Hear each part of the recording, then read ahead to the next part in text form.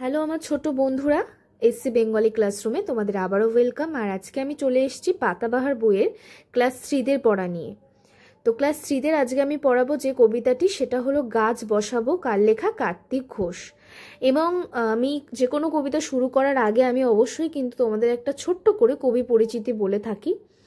তো সেটাই আমি তোমাদের, এবং এখান থেকে কিন্তু অনেক ছোট ছোট প্রশ্ন আসতে পারে। কার্তিক ঘোষের জন্ম 1950 সালে। তার লেখা কয়েকটি উল্লেখযোগ্য বই হলো একটা মেয়ে একা, হাত ঝুমঝুম পা ঝুমঝুম, আমার বন্ধু গাছ, দলমা পাহাড়ের দুলকি, এ কলকাতা সে কলকাতা, জুঁই ফুলের রুমাল ইত্যাদি। তো এগুলো কিন্তু খুব ভালো করে তোমরা পড়বে। দেখো আমি পুরোটাই তোমাদের দিয়েছি।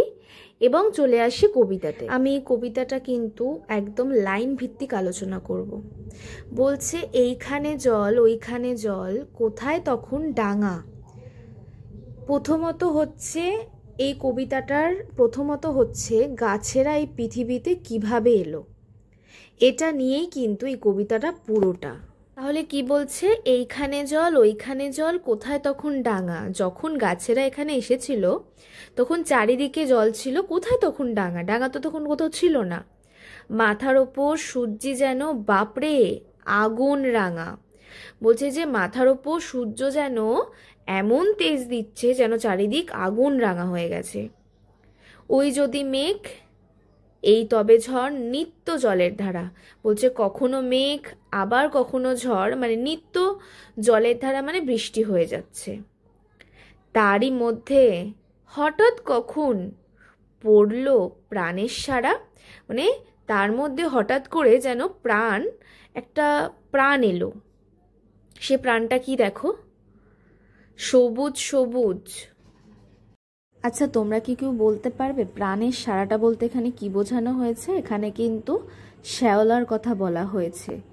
আচ্ছা, তারপরে দেখো সবুজ সবুজ, শ্যাওলা প্রথম জন্ম নিল জলে, তার মানে এখানে কিন্তু প্রাণের সারা বলতে হয়েছে। তারপরে এই গাছগুলো সব রূপকথাকে বলে, পড়তে পড়তে গাছের কথা গর্ব হবে কারো, কেউ বলবে 100টা নয় গাছ বসাবো আরো।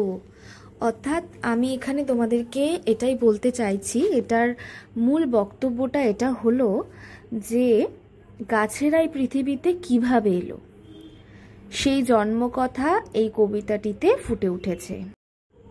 অনেক অনেক দিন আগে তখন পৃথিবীতে কি ছিল না? স্থলভাগ দেখা যেত না, চারিদিকে শুধুই জল আর জল থাকতো।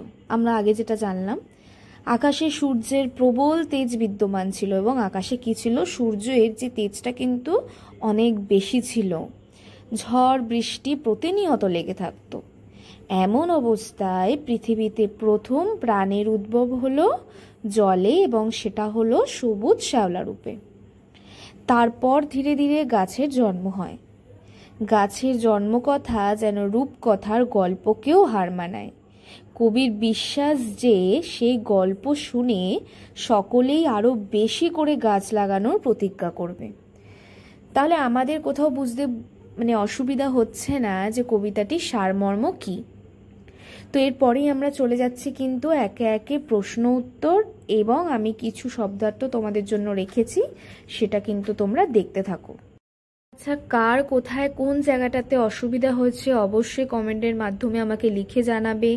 আমি তোমাদের সাথে ভিডিওর মাধ্যমে সেই সব জায়গাগুলোকে আরও বোঝাবার চেষ্টা করব। অবশ্যই কিন্তু তোমরা চ্যানেলটাকে সাবস্ক্রাইব করে দিও, তাতে এরকম অনেক অনেক ভিডিও কিন্তু তোমাদের কাছে চলে আসবে ক্লাস ভিত্তিক। তো শব্দার্থগুলো কিন্তু আমি তোমাদের দিয়ে দিয়েছি, এটা আমি আর এরকমভাবে পড়ালাম না। ডাঙা, সূর্যি, আগুন রাঙা, রাঙা, নিত্য, ধারা, শ্যাওলা, সারা, রূপকথা, গর্ব, এবং বসাবো মানে রোপণ করা, এগুলো কিন্তু আমি দিয়ে দিয়েছি, দেখতে থাকো।